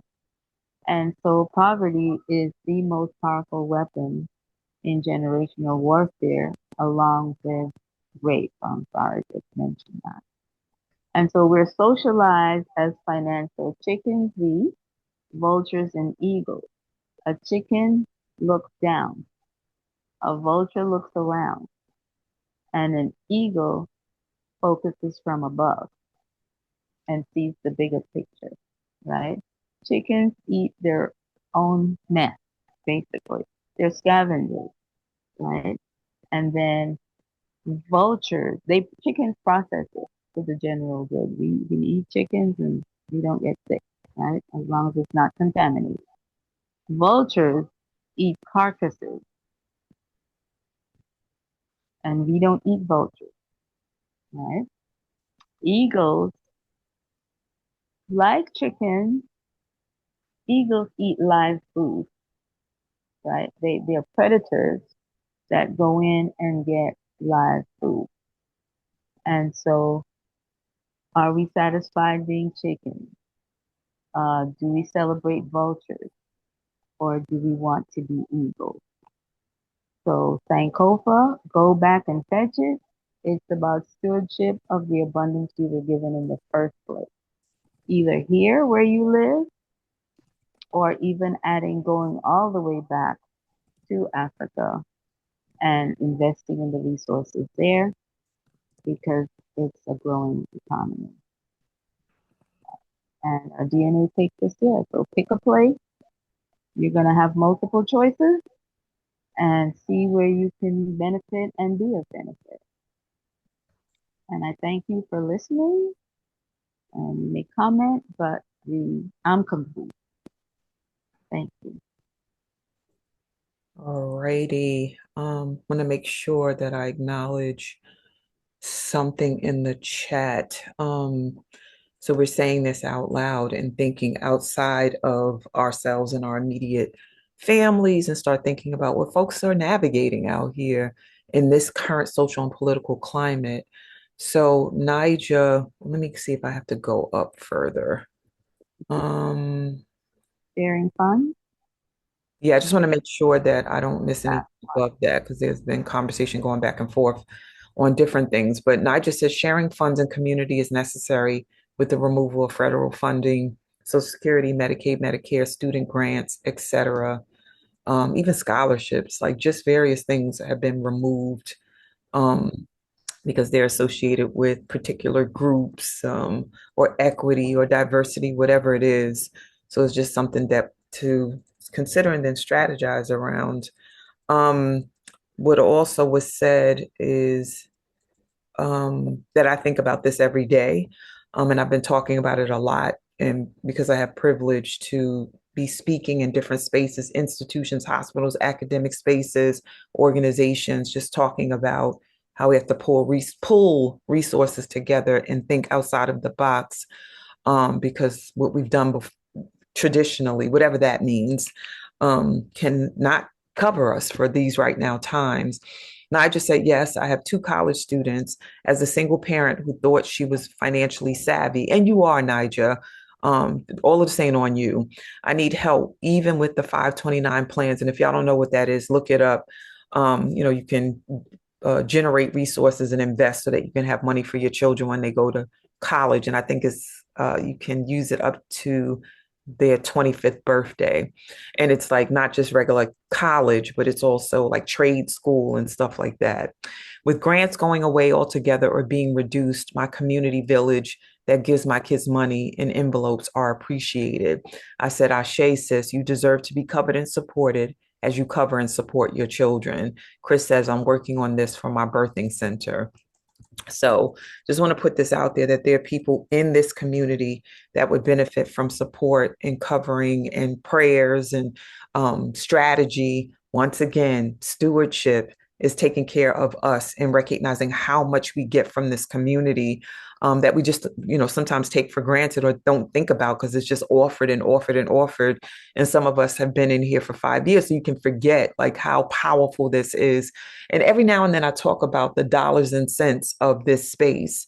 If you paid for coaching, if you paid for counseling, if you paid for training and development and education around stuff, how much that would be. Like over the 5 years, millions of dollars have been exchanged in knowledge and exchange in stewardship alone. Like if we quantified it, it would be in the millions. All right, so let me put up these final slides.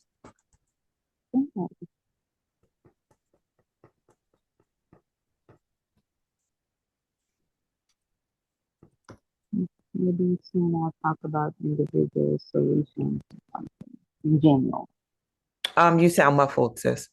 I said maybe one time if we do something together or just me next, I can talk about individual solutions in general because 529 just came up. So Yeah.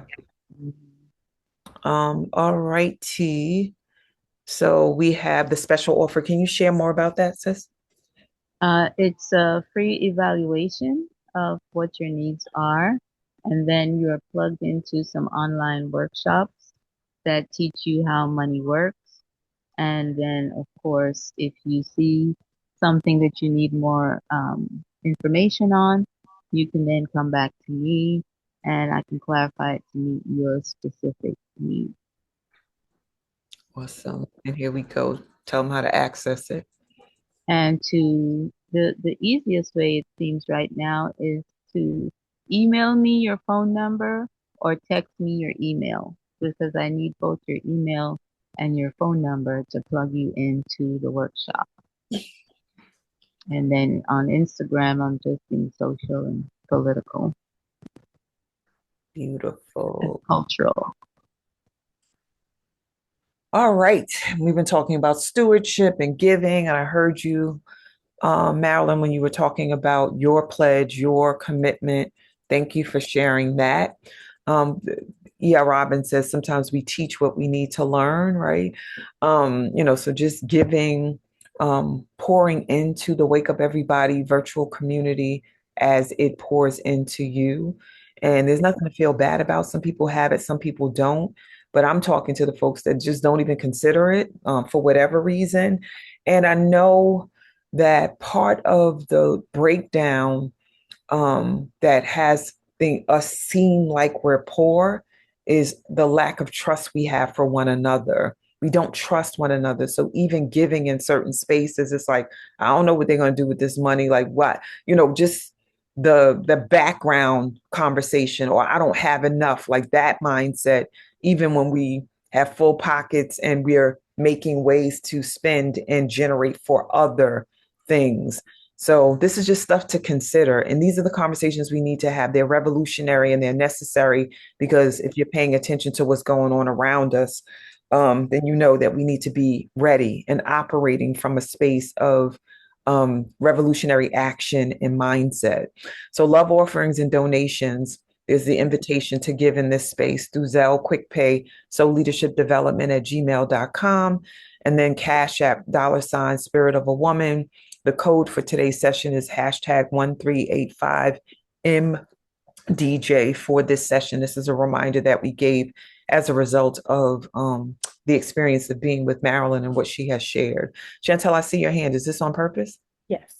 I want to share the spiritual aspects of it as well. Ancestral work, offerings for your ancestors, and ancestral dollars and putting that on your offering as well, on your altars, and speaking to them about abundance and money and flow, the spiritual side of finances. That's what I wanted to add. Thank you. Thank you. And you can give in a way that is set up just like you would give in for other things. Like some of us have subscriptions. We've put that in place and we never look at it again. I know I've had this too, where I'm paying for something month after month and just not even using it or thinking about it. But this is a space that we utilize consistently that gives back to us. So there's plenty of reciprocity. So you can set something up with intention to give. And Chantel, you can put in the chat if there's a way. I know there's a way, sorry. If there's a way, you set these bit.lys up. So if there's somebody who wants to give, but you want an increment that's different than what is being offered here, $10 or $15 or $12 or $5, please put that in the chat. You can private message Chantel so a bit.ly can be set up and the giving can happen from those increments. So you don't have to feel locked into these, but please do give.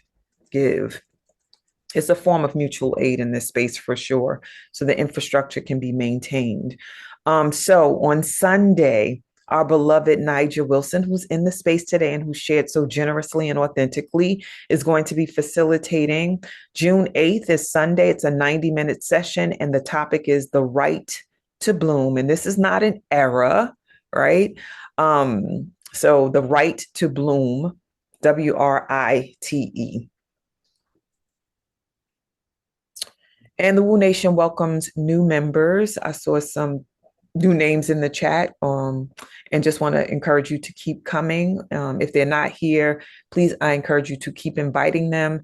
And we have a way to register, which will come up again. We were talking about this yesterday in our LEAP session. We have a facilitated session every other Wednesday for facilitators so we can all keep growing together. Y'all who are the community members, we work on ourselves outside of this space so that we can keep contributing to you. Once again, there's wealth all around, abundance all around, stewardship all around, accountability all around.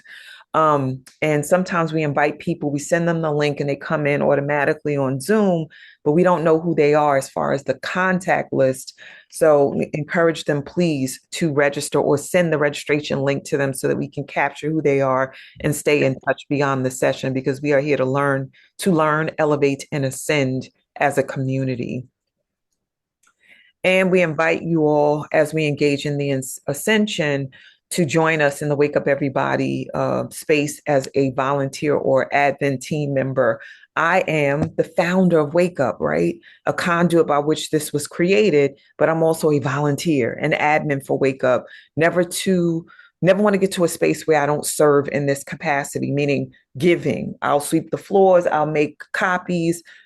The type of leadership that I embody is the spirit of giving and humility, not from a lowly space, but from a space of, I want to be contribution and be part of all of the threads in the tapestry for this journey.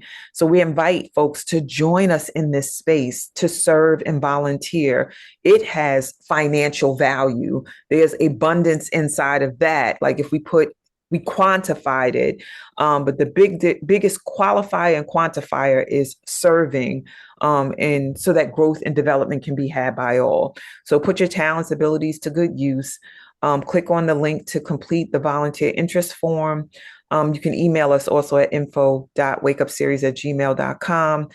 So that we can talk to you about volunteering, because we need folks for onboarding, for slides, for social media. We need folks in the morning, like what I'm doing and what Chantel is doing, so that we can make sure that the facilitators are partnered with and you are covered as community members, so you can receive this information that will transform your life. And this information is in the chat, like the links and threads. So Sunday, Tuesday, and Thursday, we are here. This is the schedule, 7 a.m. to 8:30 a.m. for 90-minute session. Monday and Wednesday, we're here from 7 a.m. to 7:30 a.m. Bottom line, 7 a.m. Eastern Standard Time is when we're here 5 days a week, Sunday through Thursday. And we encourage you, if you'd like to be reminded, you can schedule this for yourself and save it for yourself. Come in to Wake Up in the morning, but you can also be a recipient of an automated text through the number 74121 at the bottom of this slide. It's a number. It's not 7 digits. It's five, but it does the job. Just text that number and put in Woo Nation with all caps, and then you send it, and then you'll be added to the automated system. And if you want to stop it, just type stop to the same number on that same thread, and it'll stop temporarily or permanently. It's just that simple. I want to thank you for being here. Stay in touch. This has been a robust conversation. So much has been learned and shared in this space, and we want to keep growing. Use the links that are being dropped in the chat to register. That link I spoke about earlier, rather than send somebody the Zoom link with the number and they just come on in and we don't know who they are, to follow up with them, use the bit.ly/wake up movement link, so that they can register and they can be part of our list of contacts, so that we can reach out to them, send the e-blast, be in communication, all that good stuff. And then Facebook, follow us there, use the link, private and public. We have 2 pages for Facebook, Instagram at Wake Up Everybody Virtual, YouTube, which we're populating more and more each day, the old recordings as well as the new. You can follow us there or subscribe and then watch old recordings so you can get the information. And the email, once again, is info.wakeupseries@gmail.com. And I am complete. I want to acknowledge folks for staying on. We've had 19 and holding for a minute. Thank y'all for that, for your presence and listening to all announcements. So we want to honor, because this is what we do in this space, for more reciprocity and giving in a different way, is the love shower. Using your voice to acknowledge and thank the facilitator, calling them by name, acknowledging what they've provided. So unmute yourselves and let's give a love shower to beloved Marilyn. Thank you, beloved. Thank you, thank you, thank you, thank you. Thank you, thank you, thank you. Looking forward to Thank the you next so much. installment. The sister, Thank you you, bring thank so you, much thank you. wisdom and so much love. Always, I think you always. like our grandmother Thank you, Marilyn, for this. of our Thank you for community. Wonderful your And invitation. listen, we can't live We without the appreciate. grandmothers. Thank you for Grandmothers bring the sharing. spirit, they bring the love. Definitely Thank you so much, Marilyn, Dr. Thank you, Professor, thank sister. you. Oh, thank you so much, Thank you, Marilyn, my sister. sister. Thank you. So wonderful, and you're such a contribution to